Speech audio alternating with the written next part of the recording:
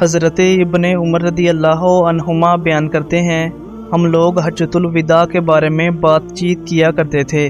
نبی اکرم صلی اللہ علیہ وآلہ وسلم ہمارے درمیان موجود تھے، لیکن ہمیں یہ معلوم نہیں تھا کہ حجۃ الوداع سے کیا مراد ہے، یہاں تک کہ ایک دن نبی اکرم صلی اللہ علیہ وآلہ وسلم نے اللہ تعالیٰ کی حمد و ثنا بیان کی۔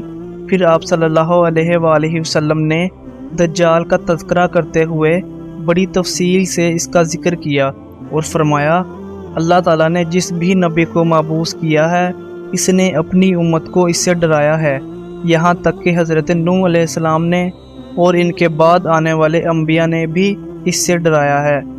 وہ تمہارے درمیان ظہور پذیر ہوگا، تم سے اس کی حالت مخفی نہیں رہنی چاہیے اور وہ تم سے مخفی نہیں رہے گا۔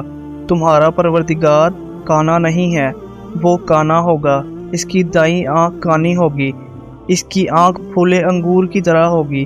یاد رکھنا، اللہ تعالیٰ نے تمہارے لیے ایک دوسرے کے خون اور اموال اسی طرح قابل احترام رکھے ہیں جیسے یہ دن اس شہر میں اور اس مہینے میں قابل احترام ہیں۔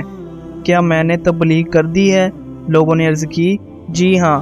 نبی کرم صلی اللہ علیہ وآلہ وسلم نے دعا کی، اے اللہ تو گواہ ہو جا۔ میں صلی اللہ علیہ وآلہ وسلم نے ایسا 3 مرتبہ کہا۔ پھر آپ صلی اللہ علیہ وآلہ وسلم نے ارشاد فرمایا، تمہارا ستیہ ناس ہو، یاد رکھنا میرے بعد زمانہ کفر کی طرح ایک دوسرے کو قتل کرنا شروع نہ کر دینا۔